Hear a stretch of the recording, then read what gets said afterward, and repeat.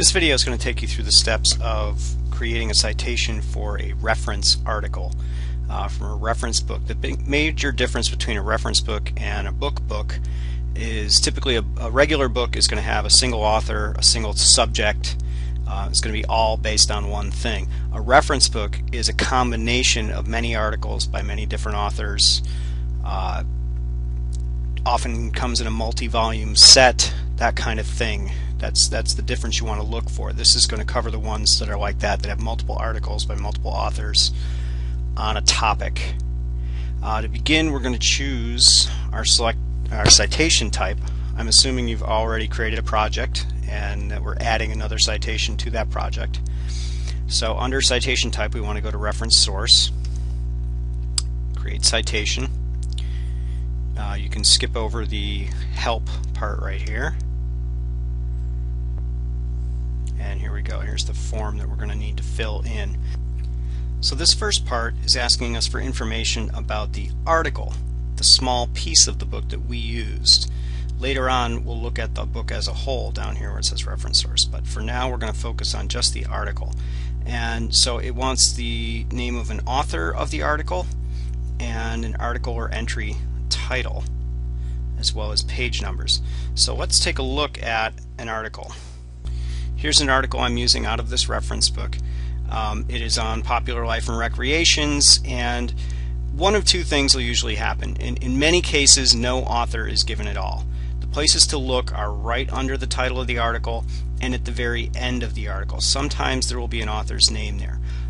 Often, though, with a reference book, they don't provide an author for each individual article. So that's what we have in this case. So all we're going to put down is the title of the article, Popular Life and Recreations, and the page number down here, which is page 309.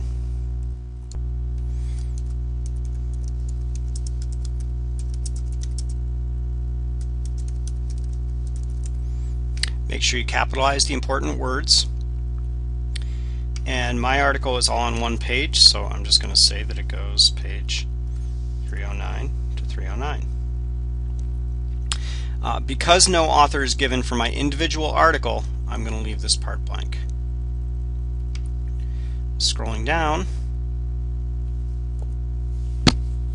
this next section is dealing more with the book as a whole, and for this we're going to look for information on the title page. If you have a photocopy from one of our reference books, we also photocopied the title page for you, or if you have the book handy, turn it's usually the second or third page in at the front of the book. So first thing we need, authors and or editors. So let's take a look at our title page here. Okay, this series has both an author and an editor, so we're going to put both of them in there. Editor it's always going to have the word editor with them, or it may say capital E lowercase d period, which is short for editor. So those are the things you want to look for, either just a name of an author or the word editor with a name. So we'll start with Thomas L. Purvis. First we're going to check that he's the author.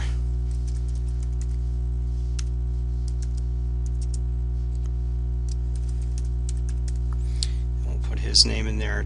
It's unusual to have a suffix. Usually that gets left blank. Now because we also have an editor to include here, I have to click here where it says add another contributor.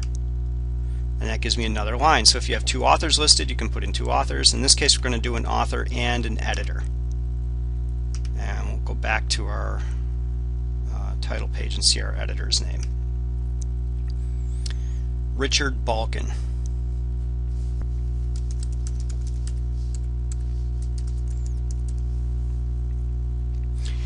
Now any type of reference source that is a combination of articles is going to be considered an encyclopedia. It's very unusual that you have to change this to an atlas or a dictionary. I don't think I've ever actually done that. That's why they automatically set it as encyclopedia. The title of the encyclopedia, let's go back to our title page here, Revolutionary America 1763 to 1800.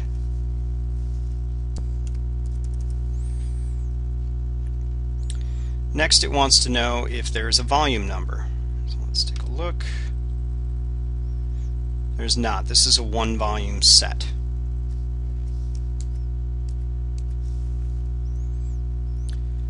publisher and the publication city typically will be at the bottom of the title page. The publisher is Facts on File, and it says Facts on File Incorporated. We always want to shorten our publisher names if we can, so in this case it would be just Facts on File.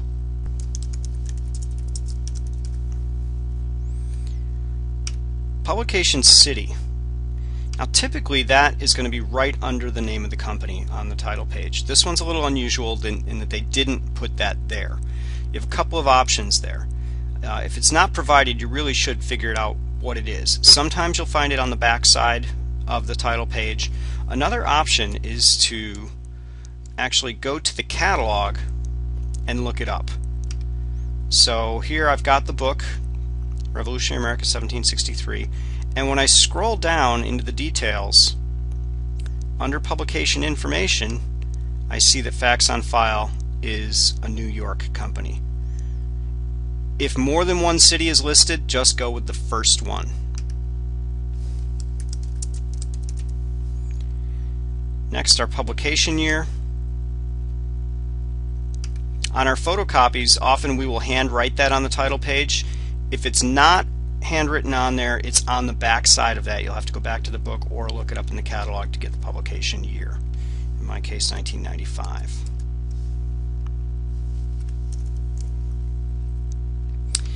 Edition, look specifically for something like second or third. That's typically what we will see here if there's an edition. In this case, I do not have one, which means it's a first edition, and we don't have to put anything in for that. We skip over the annotation section and then submit. Look over your citation, make sure you've capitalized everything, make sure there are no typos, and that's that.